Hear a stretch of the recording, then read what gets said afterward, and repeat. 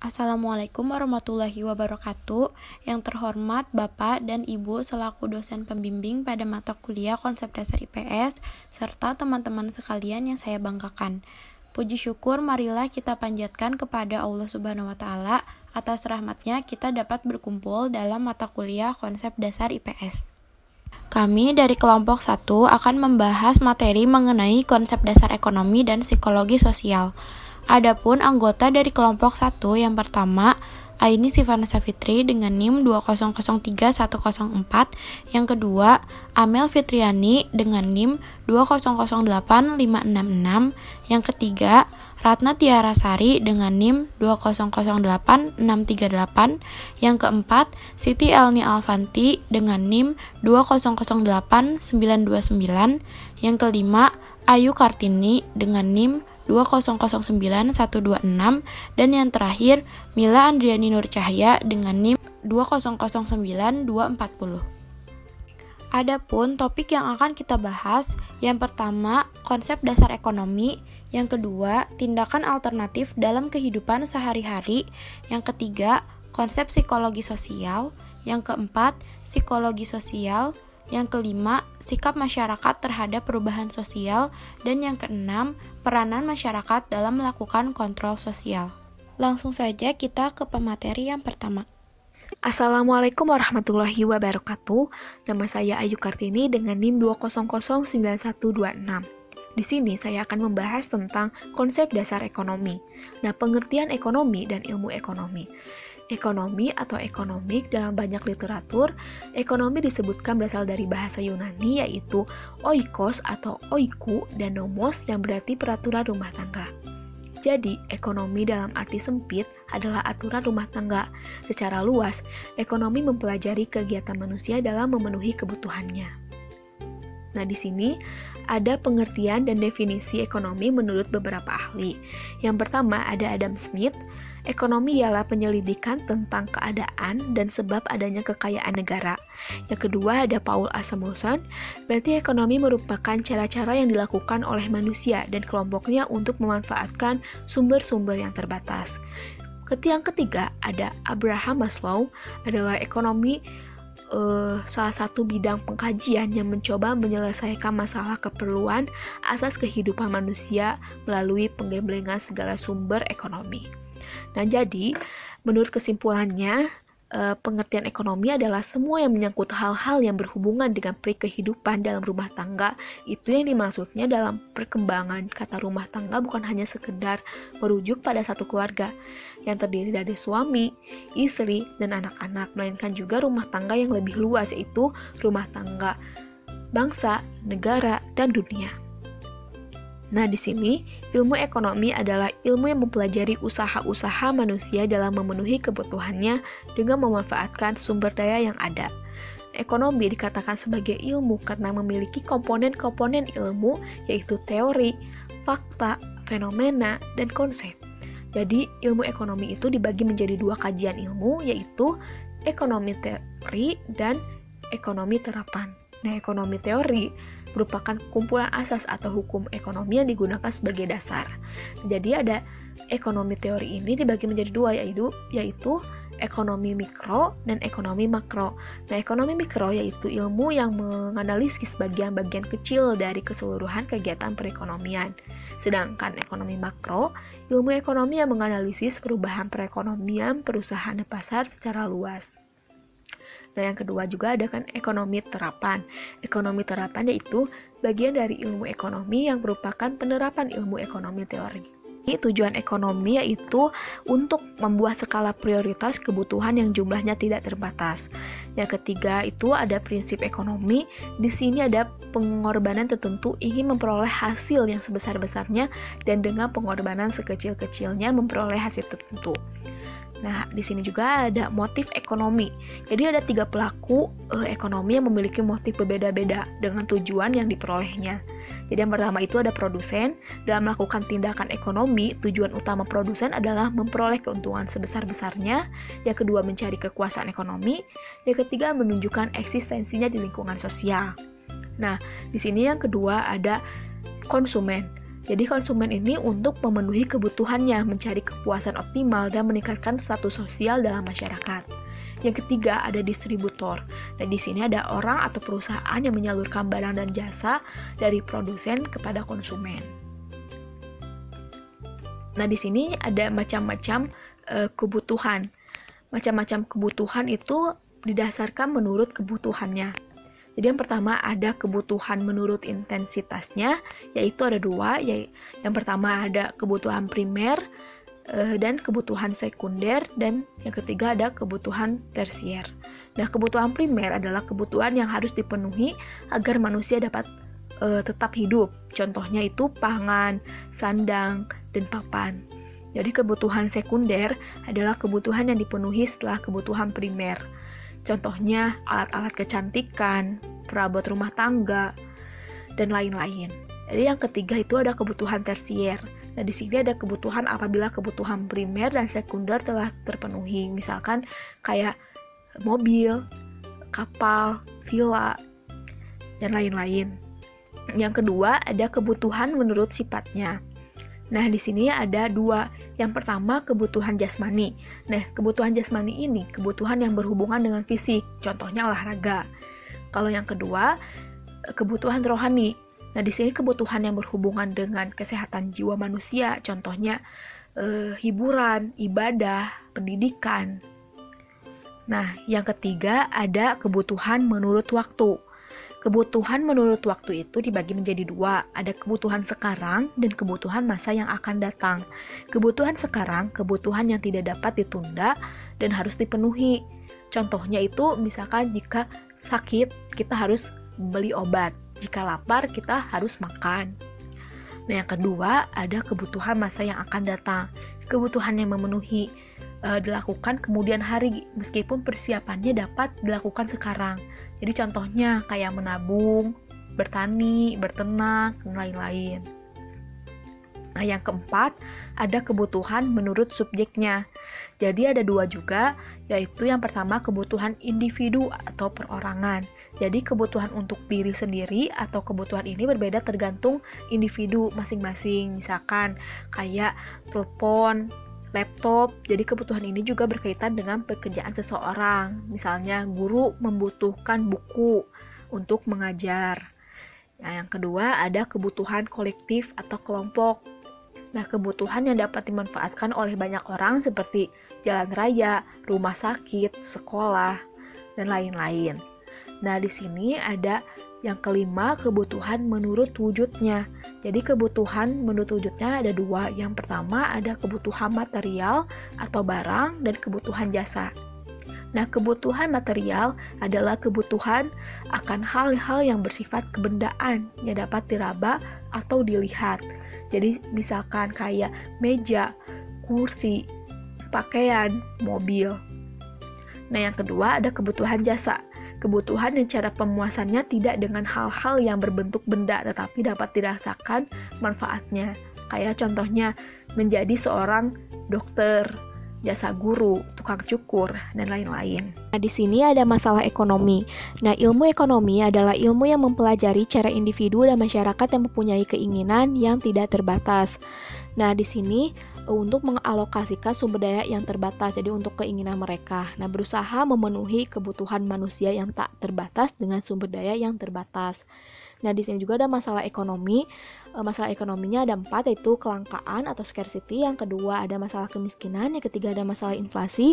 Yang keempat ada masalah kekurangan modal. Nah, di sini kelangkaan atau scarcity adalah keadaan atau kondisi di mana manusia memiliki sumber daya ekonomi yang terbatas untuk memenuhi kebutuhan yang tak terbatas. Nah, di sini ada penyebab kelangkaan. Yang pertama ada alat pemenuhan kebutuhan yang tersedia di alam, jumlahnya yang terbatas. Sedangkan eksploitasi yang dilakukan manusia cenderung tidak bertanggung jawab. Contohnya tuh membakar hutan untuk membuka lahan industri. Nah, yang kedua ada kerusakan sumber daya alam akibat sumber daya manusia. Yang ketiga ada keterbatasan kemampuan manusia mengolah sumber daya ekonomi yang ada. Yang keempat ada peningkatan kebutuhan lebih cepat dibandingkan dengan penyediaan sarana kebutuhan. Nah, yang kedua ada masalah tentang kemiskinan.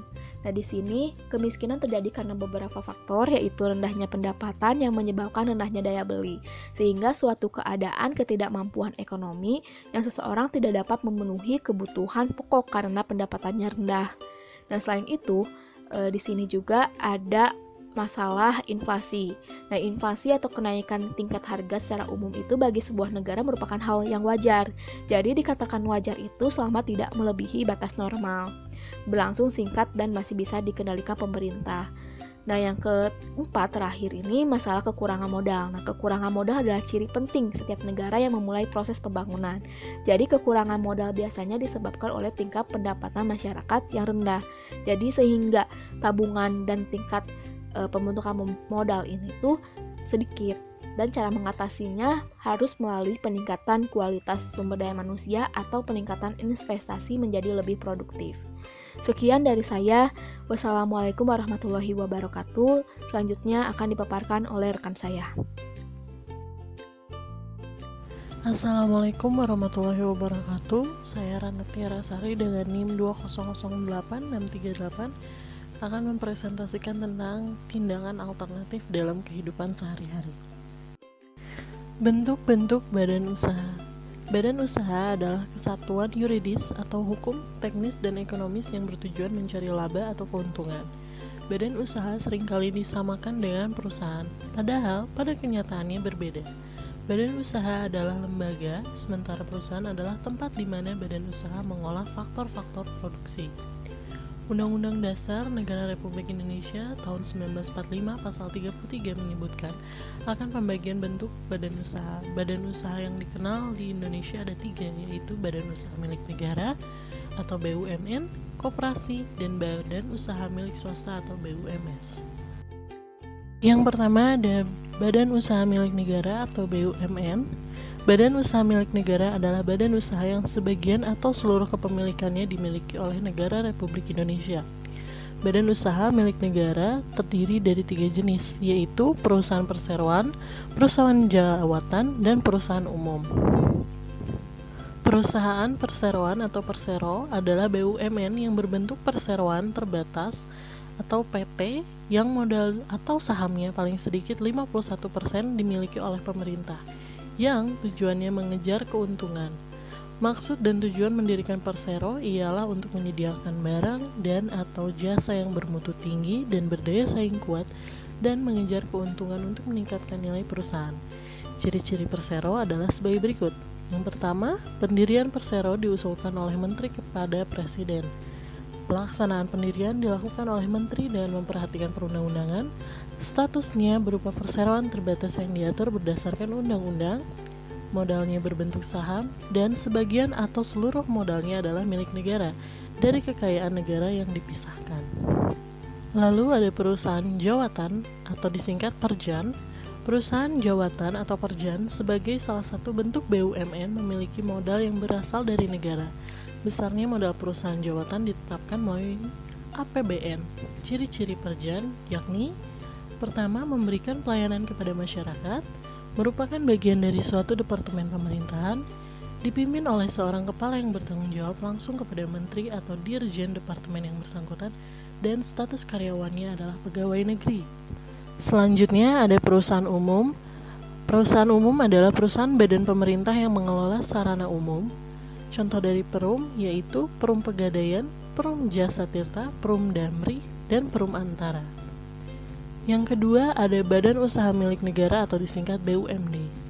Ciri-ciri BUMD adalah sebagai berikut. Pemerintah memegang hak atas segala kekayaan dan usaha dalam kurung pemegang saham. Lalu pengawasan dilakukan alat pelengkap negara yang berwenang, melayani kepentingan umum selain mencari keuntungan, sebagai stabilisator perekonomian dalam rangka menyejahterakan rakyat, sebagai sumber pemasukan negara. Seluruh atau sebagian besar modalnya milik negara. Modalnya dapat berupa saham atau obligasi bagi perusahaan yang go public. Direksi bertanggung jawab penuh atas BUMN dan mewakili BUMN di pengadilan. Selanjutnya ada koperasi. Koperasi adalah jenis badan usaha yang beranggotakan orang-orang atau badan hukum. Anggota koperasi yaitu: yang pertama, perorangan, yaitu orang yang secara sukarela menjadi anggota koperasi. Lalu ada kedua, badan hukum koperasi, yaitu suatu koperasi yang menjadi anggota koperasi yang memiliki lingkup lebih luas. Yang terakhir, ada badan usaha milik swasta atau BUMS. Badan usaha milik swasta adalah badan usaha yang pemilik sepenuhnya di tangan individu atau swasta. Badan usaha ini ditunjukkan untuk mencari keuntungan, namun ada juga perusahaan swasta yang tidak mencari keuntungan tapi lebih ke motif sosial seperti rumah sakit, sekolah akademi, universitas, panti asuhan, dan lain-lain. Bentuk badan usaha swasta dapat dibagi dalam beberapa macam, yaitu perusahaan perseorangan, persekutuan, dan perseroan terbatas. Yang pertama, perusahaan perseorangan. Perusahaan perseorangan merupakan badan usaha yang kepemilikan dan pengelolaannya ditangani oleh satu orang. Dalam sisi pengelolaannya, pengusaha memperoleh semua keuntungan perusahaan namun juga menanggung semua risiko yang timbul dalam kegiatan perusahaan. Yang kedua, ada persekutuan. Persekutuan adalah perusahaan yang memiliki dua pemodal atau lebih. Pembentukan persekutuan bisa berdasarkan kontrak tertulis atau kesepakatan yang legal. Persekutuan terdiri dari firma dan persekutuan komanditer atau CV. Yang terakhir, perseroan terbatas atau disingkat PT adalah badan hukum yang didirikan berdasarkan perjanjian untuk menjalankan usaha yang modalnya terdiri dari saham-saham yang pemiliknya memiliki bagian sebanyak saham yang dimiliki. Sekian dari saya. Selanjutnya materi akan disampaikan oleh rekan saya. Terima kasih. Wassalamualaikum warahmatullahi wabarakatuh. Saya Siti Alni Alianti dengan nomor NIM 2008929 akan menjelaskan tentang definisi konsep psikologi sosial. Konsep-konsep dasar psikologi sosial menjadi salah satu bagian dari kajian ilmu sosial. Nah, konsep-konsep dasar psikologi sosial ini terdiri dari 11. Yang pertama yaitu emosi terhadap objek sosial. Emosi dan reaksi emosional dapat dipengaruhi oleh lingkungan. Ketajaman emosi dan reaksi emosional dipengaruhi oleh faktor internal dan eksternal. Pengendalian respon emosi sangat penting dalam kehidupan bersosial. Emosi merupakan kajian dari psikologi sosial yang memiliki peranan penting dalam pembentukan perilaku seseorang terhadap respon dari stimulus dalam lingkungan sosial. Bahkan emosi juga sebagai potensi kepribadian yang perlu dilakukan pembinaan psikologis. Misalnya seperti pendidikan agama. Yang kedua yaitu perhatian. Perhatian atau rasa peka terhadap apa yang terjadi dalam lingkungan sosial seseorang juga mempengaruhi cara seseorang individu bersikap terhadap hubungan sosialnya. Yang ketiga yaitu minat. Minat atau daya tarik individu terhadap hubungan sosialnya juga berpengaruh terhadap hubungan antar individu dan kelompok, berkaitan dengan proses interaksi dan pemberian respon. Minat muncul dari dalam diri individu dan mungkin bisa dipengaruhi oleh subjek dari luar seperti keluarga dan juga budaya lingkungannya. Lalu yang keempat yaitu kemauan. Kemauan merupakan suatu potensi yang mendorong dari dalam diri individu untuk memperoleh dan mencapai suatu yang diinginkan. Keinginan yang kuat merupakan modal dasar dari suatu pencapaian. Kemauan menjadi landasan yang kuat untuk melakukan sesuatu untuk berprestasi. Lalu yang kelima yaitu motivasi. Motivasi sebagai konsep dasar yang timbul dari dalam diri sendiri dan juga bisa didapatkan dari lingkungan atau orang terdekatnya. Motivasi merupakan kekuatan yang mampu mendorong kemauan untuk mencapai sesuatu. Kemudian motivasi yang keras akan memperkuat perjuangan seseorang untuk mencapai apa yang diinginkan. Lalu yang keenam yaitu kecerdasan dalam menanggapi persoalan sosial. Kecerdasan merupakan modal dasar yang ada di dalam diri individu dan berbeda pada setiap individunya. Kemudian merupakan modal dasar untuk memecahkan permasalahan sosial yang muncul.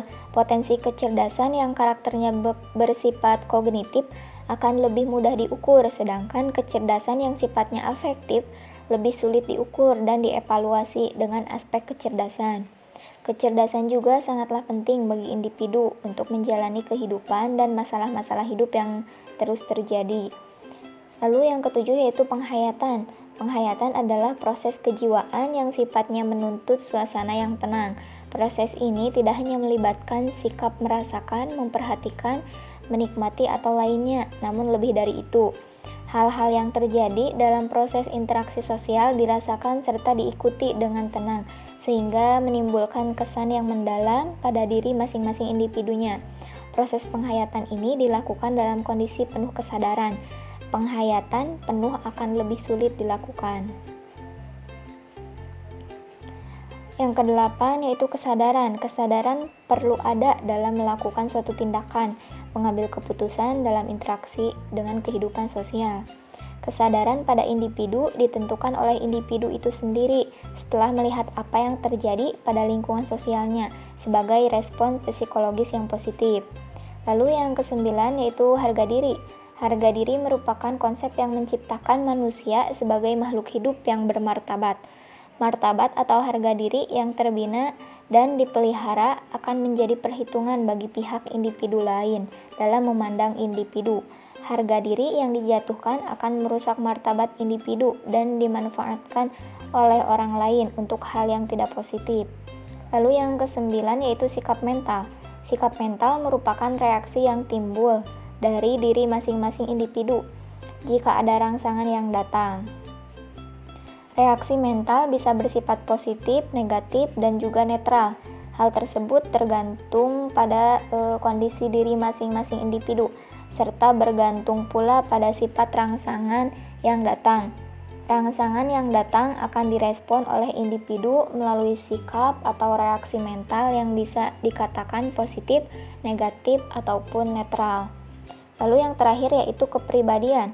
Kepribadian merupakan gagasan yang dinamika, sikap dan kebiasaan yang dibina oleh potensi biologis secara psikofisiologikal dan secara sosial, ditransmisikan melalui budaya, serta dipadukan dengan kemauan dan tujuan individu berdasarkan keperluan pada lingkungan sosialnya.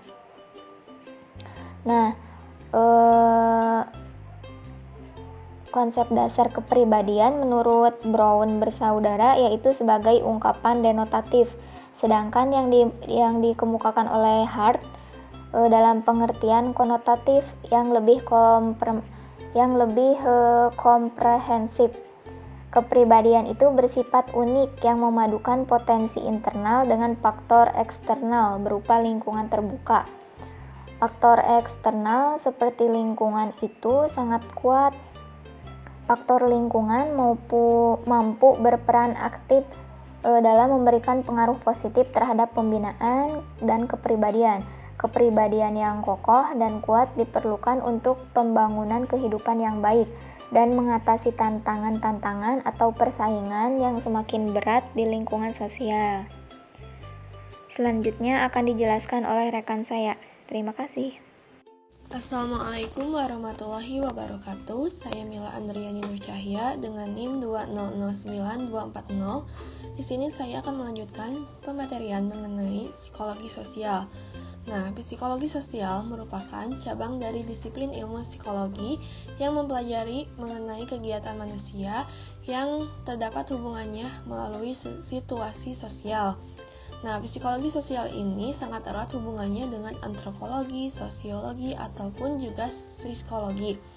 Nah, psikologi sosial merupakan ilmu yang bersifat empiris, yang mana para psikolog menggunakan beberapa metode yang sistematis untuk mengumpulkan sebuah informasi mengenai kehidupan sosial. Nah, selanjutnya yaitu terdapat beberapa pengertian dari para ahli. Yang pertama yaitu ada dari David O. Sears pada tahun 1999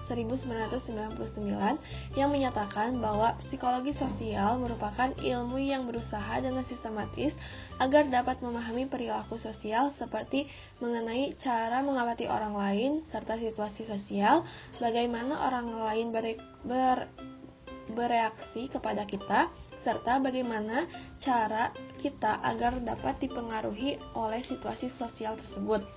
Lalu yang kedua, menurut Shaw and Costanzo, pada tahun 1970 yang menyatakan bahwa psikologi sosial merupakan ilmu pengetahuan yang mengkaji mengenai perilaku makhluk hidup sebagai fungsi dari stimulus-stimulus sosial. Dari pernyataan di atas, tidak menekankan terhadap stimulus internal maupun eksternal, tetapi terhadap hubungan atas timbal balik antara keduanya. Nah, stimulus di sini berarti sebagai manusia. Lalu yang ketiga, menurut Sharif and Sharif yang menyatakan bahwa psikologi sosial merupakan sebuah ilmu pengetahuan yang mempelajari pengalaman serta tingkah laku dari manusia yang ada hubungannya dengan situasi perangsang sosial. Dan yang keempat dari Gordon Allport pada tahun 1985 yang menyatakan bahwa psikologi sosial merupakan ilmu pengetahuan yang berusaha memahami serta menjelaskan seperti apa pikiran, perasaan, serta tingkah laku individu yang dipengaruhi oleh kehadiran individu yang lain, baik itu secara nyata atau dalam imajinasi serta bayangan, dan juga dalam kehadiran yang tidak langsung. Nah, sehingga dari pengertian di atas, maka dapat disimpulkan bahwa psikologi sosial merupakan sebuah ilmu yang mempelajari aktivitas serta perilaku manusia atau individu yang berhubungan dengan lingkungannya, serta psikologi sosial memiliki sejumlah faktor, di antaranya adalah ilmiah atau teori yang ada, individu atau manusia, serta lingkungan. Nah, objek sosial dari psikologi sosial ini adalah fakta-fakta, gejala, serta kejadian-kejadian yang ada dalam kehidupan manusia. Nah, psikologi sosial ini memiliki tujuan yang mana tujuan tersebut dapat dibedakan menjadi dua, yaitu yang pertama secara teoritis dan secara praktis. Tujuan psikologi secara teoritis yaitu agar dapat memahami, mengendalikan, serta memprediksi tingkah laku sosial, sedangkan tujuan psikologi secara praktis yaitu untuk dapat memecahkan permasalahan yang sedang terjadi seperti adanya konflik, ketegangan, prasangka, dan diskriminasi sosial. Selain itu, psikologi sosial juga mendapat peranan penting dalam psikologi modern, karena psikologi sosial akan memberikan berbagai pencerahan mengenai bagaimana cara berpikir manusia, bagaimana cara pikiran manusia berfungsi, serta memperkaya jiwa manusia dengan memberi beberapa stimulus. Para psikolog sosial menunjukkan untuk memahami berbagai macam perilaku manusia, sebelumnya kita harus dapat mengenali permasalahan, peranan situasi, serta budaya dari orang tersebut. Sekian yang dapat saya sampaikan. Materi selanjutnya akan dilanjutkan oleh rekan saya. Assalamualaikum warahmatullahi wabarakatuh. Sebelumnya, perkenalkan, nama saya Amel Fitriani dengan NIM 2008566. Di sini saya akan melanjutkan materi tentang sikap masyarakat terhadap perubahan sosial. Menurut Bertrand 1980, perubahan sosial adalah perubahan dalam masyarakat yang mempengaruhi sistem sosial, nilai, sikap, dan pola perilaku individu di antar kelompok. Perubahan sosial pada dasarnya tidak dapat diterangkan oleh dan berpegangan pada faktor yang tunggal. Ada pula dalam arti luas. Dalam arti luas, perubahan sosial adalah setiap perubahan dalam hubungan sosial yang dimana merupakan fenomena yang selalu ada di masyarakat. Ada pula dalam arti spesifik, yaitu perubahan sosial tergantung pada entitas sosial yang dipertimbangkan. Perubahan pada prinsipnya merupakan suatu proses yang terus-menerus, yang berarti setiap masyarakat akan mengalami perubahan. Akan tetapi, perubahan antar masyarakat satu dengan yang lainnya akan berbeda. Perubahan sosial juga didorong oleh gerakan ideologis, ekonomi, dan politik. Lalu selanjutnya ada bentuk-bentuk perubahan sosial. Yang pertama, ada perubahan struktural. Perubahan struktural merupakan perubahan yang mendasar dan menyebabkan munculnya reorganisasi dalam masyarakat. Yang kedua, ada perubahan proses.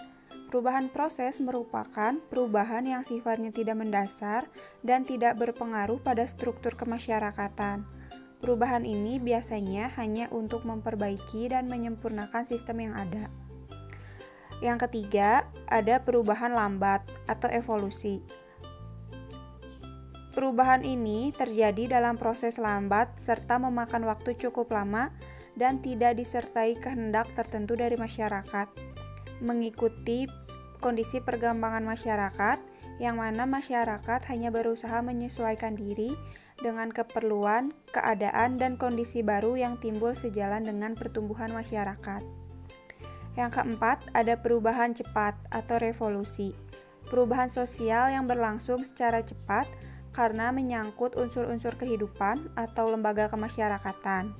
Pada perubahan ini bisa direncanakan dan tidak direncanakan, dijalankan dengan kekerasan maupun tanpa kekerasan. Biasanya pada perubahan ini diawali dengan ketegangan atau konflik. Yang kelima, ada perubahan kecil. Perubahan kecil merupakan perubahan yang terjadi pada struktur sosial. Perubahan kecil ini memiliki dampak bagi masyarakat karena tidak berpengaruh dengan lembaga-lembaga kemasyarakatan. Yang keenam, ada perubahan besar. Perubahan besar merupakan perubahan yang berdampak pada terjadinya perubahan struktur dan lembaga. Perubahan ini memberi pengaruh besar pada kondisi geografisa yang mana berubahnya fungsi lahan menjadi tempat industri dan perubahan mata pencarian masyarakat. Yang ketujuh, ada perubahan yang dikehendaki. Perubahan yang dikehendaki merupakan perubahan yang sudah direncanakan dan disepakati sebelumnya. Pelaku perubahan ini biasanya orang atau sekelompok orang yang memiliki wewenang dan kekuasaan. Mereka biasanya melakukan rekayasa sosial atau social engineering atau perencanaan social planning dengan cara memengaruhi masyarakat dengan sistem yang teratur. Yang kedelapan, ada perubahan yang tidak dikehendaki. Perubahan yang tidak dikehendaki merupakan perubahan yang tidak direncanakan atau di luar jangkauan masyarakat. Biasanya disebabkan oleh gagalnya masyarakat dalam mengantisipasi dan memperhitungkan perubahan yang terjadi, sehingga memicu kekacauan atau kendala dalam masyarakat. Sikap masyarakat terhadap perubahan sosial adalah sikap terbaik dalam menyikapi perubahan adalah adanya kesadaran diri untuk berubah tanpa adanya paksaan, juga bersikap proaktif dalam mengikuti arus perubahan. Cukup sekian yang dapat saya sampaikan. Untuk materi selanjutnya akan disampaikan oleh rekan saya. Terima kasih. Saya, Aini Sifan Safitri dengan NIM 2003104 akan membahas materi mengenai peranan masyarakat dalam melakukan kontrol sosial. Kontrol sosial atau pengendalian sosial adalah upaya untuk mengarahkan anggota masyarakat dalam menjalankan nilai dan norma sosial yang ada, serta mencegah perilaku-perilaku menyimpang. Masyarakat memiliki peran penting dalam melakukan kontrol sosial yang dapat dilakukan melalui yang pertama, keluarga. Keluarga adalah awal proses sosialisasi dan tempat terbentuknya kepribadian seseorang. Kepribadian seorang individu akan terbentuk dengan baik jika ia lahir dan tumbuh berdasarkan kondisi lingkungan keluarga yang baik ataupun sebaliknya. Yang kedua, lingkungan tempat tinggal. Lingkungan pun menjadi pengaruh dalam kepribadian seseorang. Seseorang yang tinggal dalam lingkungan yang baik, warganya taat dalam ibadah, dan menaati norma-norma yang berlaku, maka kondisi ini akan mempengaruhi kepribadian seseorang menjadi baik sehingga terhindar dari perilaku-perilaku buruk. Menurut sifatnya, kontrol sosial terdiri dari yang pertama, tindakan preventif, yaitu upaya yang dilakukan dengan tujuan mencegah terjadinya perilaku menyimpang terhadap norma-norma dan nilai-nilai dalam masyarakat. Tindakan preventif ini dilakukan sebelum terjadi penyimpangan di lingkungan masyarakat. Nah, biasanya tindakan ini dilakukan melalui pendidikan di lingkup keluarga, sekolah, ataupun masyarakat. Misalnya, Untuk menghindari adanya perkelahian di antara pelajar, guru dapat melakukan peringatan dan nasihat kepada murid-muridnya agar nanti sepulang sekolah tidak diperbolehkan mampir ke tempat-tempat umum dan langsung pulang ke rumah. Yang kedua, tindakan represif. Tindakan ini dilakukan setelah terjadinya penyimpangan dan berusaha memulihkan keadaan. Upaya yang dapat dilakukan dengan mengambil tindakan dan memberi hukuman atau efek jerak kepada masyarakat yang melakukan penyimpangan dengan tujuan agar seseorang tersebut menyadari kesalahannya. Tindakan ini harus dilakukan secara tegas. Contohnya, pemberian hukuman bagi seseorang yang terpidana dengan kasus pembunuhan. Yang ketiga, tindakan kuratif. Tindakan ini dilakukan pada saat terjadinya penyimpangan sosial dengan tujuan memberikan kesadaran kepada pelaku penyimpangan. Contohnya, seorang guru dapat menasihati bahkan menegur siswanya yang menyontek saat ulangan berlangsung. Hal ini bertujuan agar bisa memberikan penyadaran dari perilaku yang dilakukan serta memberikan efek jerak kepada siswa tersebut. Menurut caranya, masyarakat dapat melakukan kontrol sosial yang terdiri dari yang pertama, tindakan persuasif. Tindakan persuasif merupakan upaya pengendalian sosial yang dilakukan dengan mengajak ataupun membimbing masyarakat agar bisa bertindak selaras dengan norma dan nilai yang berlaku di dalam lingkup masyarakat. Biasanya, tindakan ini dilakukan melalui lisan atau simbolik seperti spanduk, poster, atau iklan layanan masyarakat. Cara ini terbilang cukup efektif jika diterapkan ke dalam lingkungan masyarakat yang cenderung tentram, aman, dan teratur dikarenakan masing-masing masyarakat sudah mengetahui dan menyadari norma-norma yang berlaku di dalam masyarakat tersebut. Contohnya, seorang guru menasihati murid-muridnya yang ketahuan mencuri barang milik temannya. Guru akan berusaha untuk bisa memberi pengertian kepada murid tersebut bahwa perbuatan yang dilakukannya itu perbuatan yang tidak baik atau salah, serta bisa merugikan diri sendiri karena dapat dikucilkan oleh teman-teman di lingkungannya. Yang kedua, tindakan koersif. Tindakan ini dilakukan dengan cara ancaman ataupun kekerasan fisik. Biasanya tindakan ini diterapkan pada lingkungan masyarakat yang tidak terlalu teratur ataupun lingkungan yang sering terjadi penyimpangan. Cara ini adalah cara terakhir apabila beberapa cara yang dilakukan sebelumnya tidak berhasil. Contohnya penertiban pedagang kaki lima oleh Satpol PP, atau contoh lainnya masyarakat yang sering main hakim sendiri kepada pencuri atau pencopet yang ditangkap oleh massa. Sekian materi yang bisa kami sampaikan. Kurang lebihnya mohon maaf. Wassalamualaikum warahmatullahi wabarakatuh.